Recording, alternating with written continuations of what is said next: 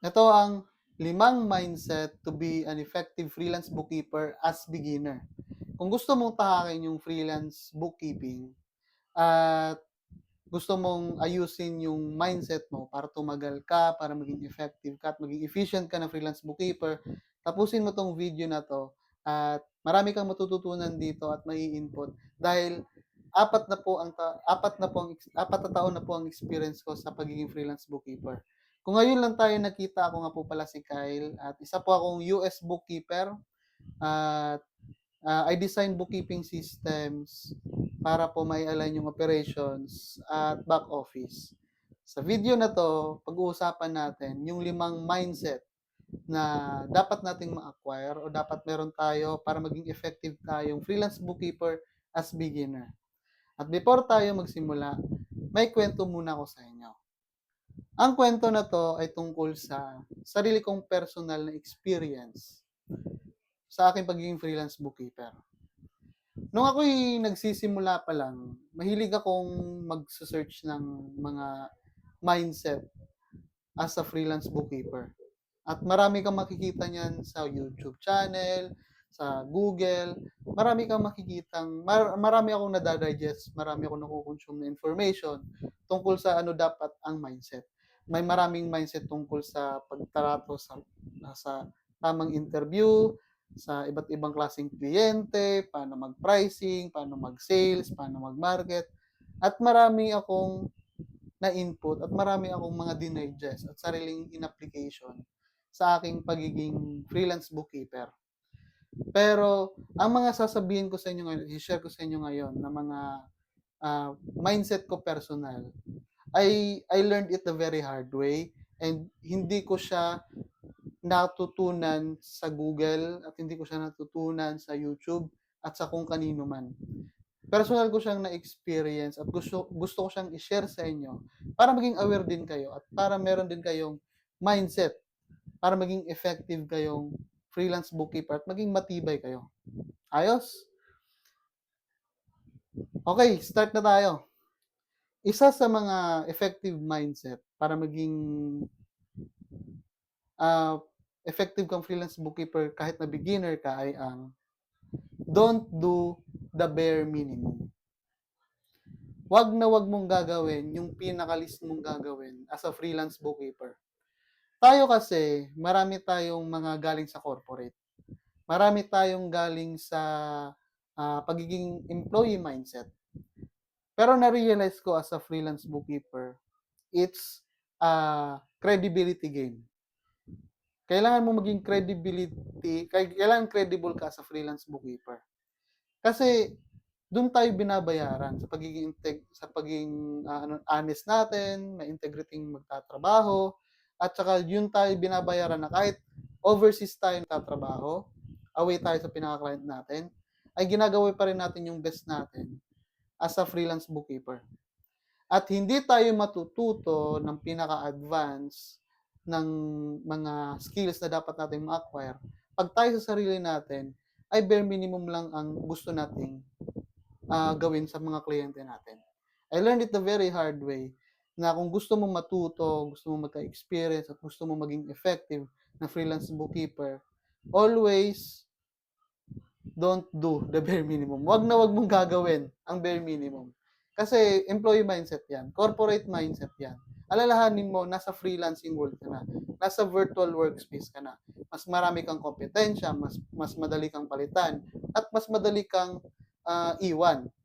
Pero, ang pinakamaganda dito is the more you do your best, the more na ipakita mong deserving ka, the more na mas ipakita mo na binibigay mo ang lahat, the higher the chance na mas matututo ka at magiging mas experienced ka at mas magiging effective ka na freelance bookkeeper in the future.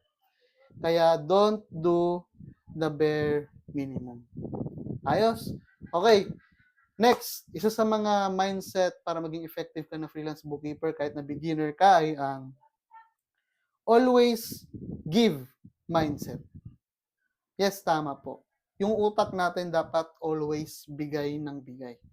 Minsan kasi dumating din ako sa punto ng pagiging freelance bookkeeper ko na bigay lang ako ng bigay. Late yung client na magbayad, minsan binabaliwala yung mga messages ko, pero hindi ko winala sa mindset ko yung always give mindset.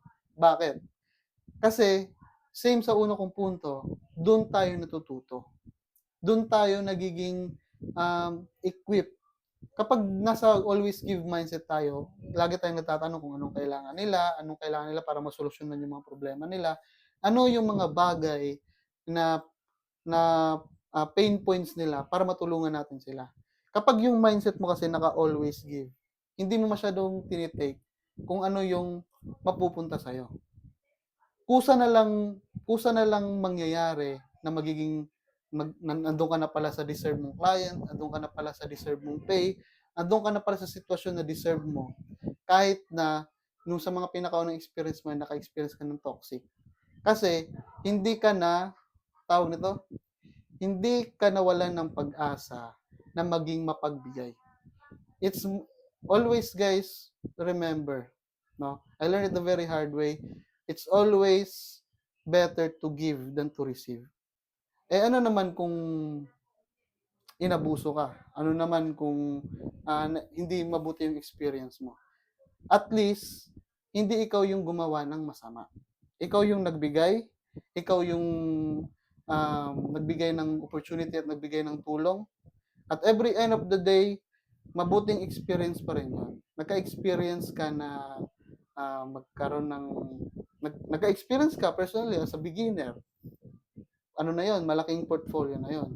May experience ka kung how to navigate the tools, naging familiar ka sa terms, natuto ka, at life lesson mo na din yon na hindi gawin yung same na pagkakamali na ginawa mo. Pero hindi mo ma-experience yung mga bagay na yon kung naka-always give mindset ka. Huwag takot magkamali, huwag takot masaktan. Nasa freelancing world tayo, you should be strong. Kailangan elephant skin ka, makapal yung mukha mo, makapal yung tolerance mo when it comes to disappointment, rejections, at lalo na sa mga abuse. So, always give mindset. Okay? Isa yan sa mga pwede nyong i-apply. Okay, next. Isa sa mga mindset para maging effective freelance bookkeeper ka, kahit na beginner ka, ay ang experience first. Naalala ko may tinatawag na libro na Profit First. Yung Profit First, yung doon ini-indicate na dapat kapag nagsa-start ka ng business, kapag nagsa-start ka ng entity, ay dapat naka-mindset profit first ka.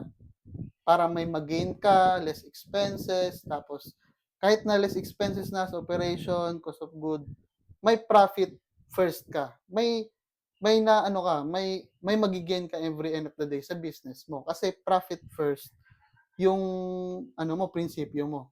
Pero sa akin, sa freelance bookkeeping, kapag beginner ka, hindi profit first yung isasuggest ko sa'yo. Experience first. Kapag kasi experience yung inuna mo, experience yung pinupurso mo, yung value mo doon madidictate based sa experience mo. Yung valuation mo as a freelance bookkeeper magbe-base talaga sa experience, knowledge, and yung mga alam mo. Okay? Hindi mo kailangan ng profit first sa simula. Kasi wala ka pang kwenta nun. I mean, hindi to be exact na wala kang kwenta. Hindi mo pa alam yung pinaka-value ng pinapasok mo. Okay? Hindi mo pa alam kung anong tamang strategy, anong tamang terminologies, anong tamang trabaho.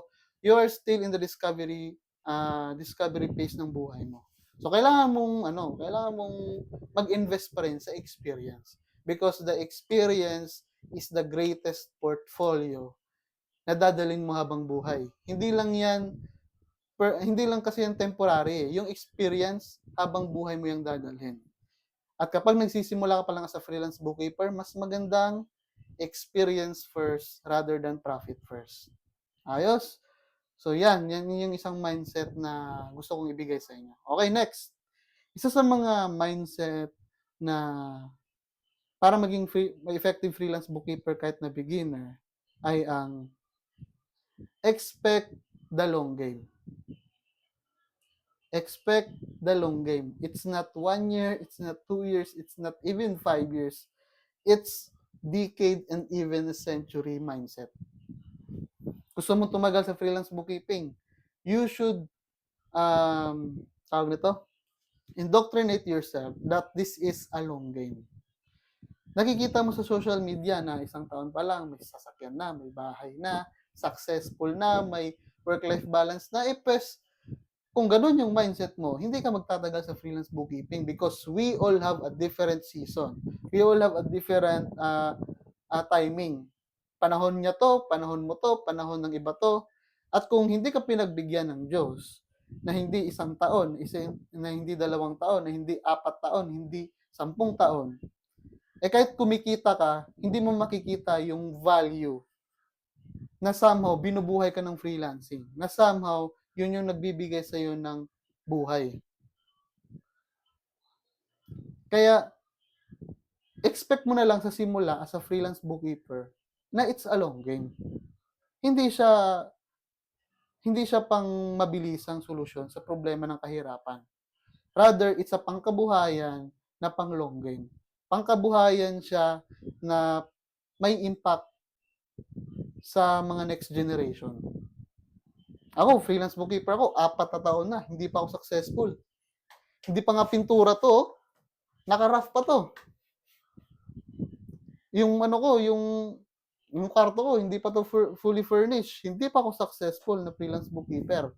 Pero naka-mindset yung utak ko. I learned it the very hard way. Na dapat expect the long game. Even though this is not my season yet to be the level of success na I want, but still, naka-mindset na kasi ako na matagal yung laro. Na it's a business. Patagalang mamatay, patagalang maging visible. Kasi kapag nagsi-resign na lahat, kapag nagsitigil na lahat, sino ba sasalo ng kliyente? Sino ba sasalo ng mga trabaho, ng mga project? Yung mga natira, yung mga naging matibay. Kaya ang freelancing, it's a long game. So ang mindset mo dapat, expect the very longest game. Pero kahit naman kasi nasa game ka, kapag matutunan mo lang to land a one client, 2 clients, sustainable ka naman na, buhay ka naman na eh. Bababayaran mo naman na yung mga utang mo. Kaso nga lang, hindi yung success of level na gusto mo.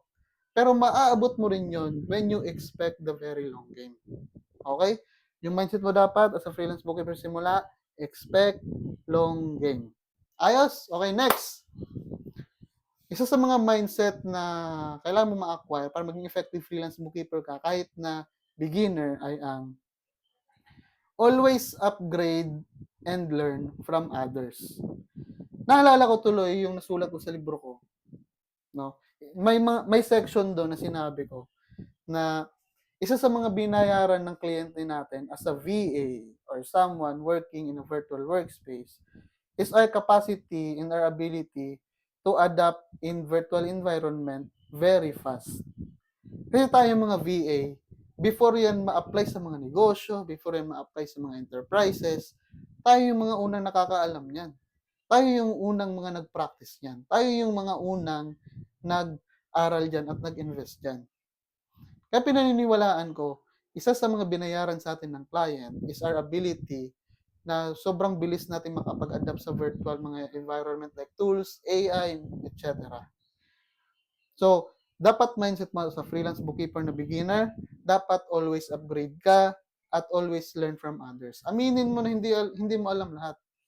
Kahit ako, kanina, nung nag-session tayo, di ba, nung may mga bagong transaction na nasa isip ko, hindi ko sinabing alam ko yan. Sinabi kong, tulungan nyo ako. Kasi, it takes a courage to ask for help from others. Pero kapag natutunan mo yung skill to ask help from others, solve ka na habang buhay. Because we are designed na para tulungan at para magtulungan. Okay? So, yun lang. Always upgrade and learn from others. Upgrade mo yung skills mo. Hindi porket may certification ka na sa QuickBooks, doon ka na magsa-stop. Hindi porket may degree ka na sa accounting, hindi ka na mag-aaral ng accounting. Hindi porket tax agent ka na, hindi ka na mag-aaral ng tax. It's a continuous improvement. And as a beginner, napaka-importante na kailangan natin ma-acquire yung mindset na always upgrade and learn from others. Ayos? Yun yung 5 mindset na mabibigay ko sa iyo para maging effective kang freelance bookkeeper na kahit beginner ka. Bakit ko ba shine-share 'to sa inyo? Shine-share ko 'to sa inyo dahil ako din minsan nag-start as a beginner. Ako din minsan, nangangapa kung ano yung tamang mindset o posisyon ko as a freelance bookkeeper at wala akong mapagtanungan. Pero shine-share ko 'to, ina-available ko 'to sa internet para mabigyan ka ng, idea na kung anong mundo ang papasukin mo. Based kasi sa mga binigay kong mindset sa'yo, na-conclude mo na hindi madali ang freelance bookkeeping, na hindi madali maging VA, na hindi madali maging freelance bookkeeper. But with the right mindset, with the right tools, with the right humility, tatagal ka at maging successful ka rin dito sa freelancing. Ang kalaban kasi natin dito, when we kung tayo ang kalaban kasi natin dito, kung tayo mismo ay walang believe sa sarili natin. Kung tayo mismo minamaliit yung sarili natin. Kung tayo mismo nagmamadali, na ginagawa natin yung bobo yung sarili natin at hindi natin tinitake uh, yung risk para para umusad sa kung ano dapat lang usaran, yung sarili mismo natin yung kalaban natin. Pero ang mahalaga doon at ang good news doon ay you don't have to take it alone. Sama-sama tayo. Samahan niyo ako sa ating freelancing journey. Samahan niyo ako na tahakin natin yung freelance bookkeeping na sama-sama, na may community at may mga kaibigang mapagtanungan, kaibigang masayang nakikita kang umuusad, masayang nagiging successful ka, kasi yun naman ang importante as someone na nagsisimula. Yung nararamdaman mong masaya kaming umuusad ka, masaya kaming may achievement ka, masaya kaming nagka-client ka, masaya kaming naging mayaman ka, masaya kaming nagkasasakyan ka, nagkabahay ka, at nagkalahat ka, at nabago yung buhay mo sa freelance bookkeeping. Masaya kami na masaya ka. At yun yung community na binubuo natin. At yung community na yan ay nasa Discord server natin. So kung interesado kang mag-join sa community natin, mag-visit mo lang yan sa description, nasa profile ko, or pwede kang mag-message sa akin personally. Available po ako lahat sa halos lahat ng social media. Search nyo lang po Kyle Nelson Omac sa Google Chrome. Lalabas na po lahat ng social media platform ko dyan. At join po kayo sa ating Discord community. Ayos? Ang dalangin ko sa bawat isa ay magkaroon tayo ng mindset na align sa will ng Diyos. So lahat ng yan hindi contradict sa will ni Lord. So always pa rin always be humble, always learn from others, always give your best. At kung gusto mo pala maging freelance bookkeeper, meron tayong libro, meron tayong physical copy nito, at meron din tayong digital copy. So kung interesado po kayong bumili nito, interesado po kayong matuto sa sarili kong buong kwento kung paano ako naging freelance bookkeeper, ay ilalagay ko lang yung link sa comment or sa description sa ibaba para ma-check out nyo po. Ayos! Maraming salamat sa tiwala nyo sa akin at maraming salamat. God loves you. I love you. See you sa next nating episode. At ito lang po muna sa video na to. Maraming salamat at palaging tandaan, huwag kalimutan na ang faith without action is fiction. Bye!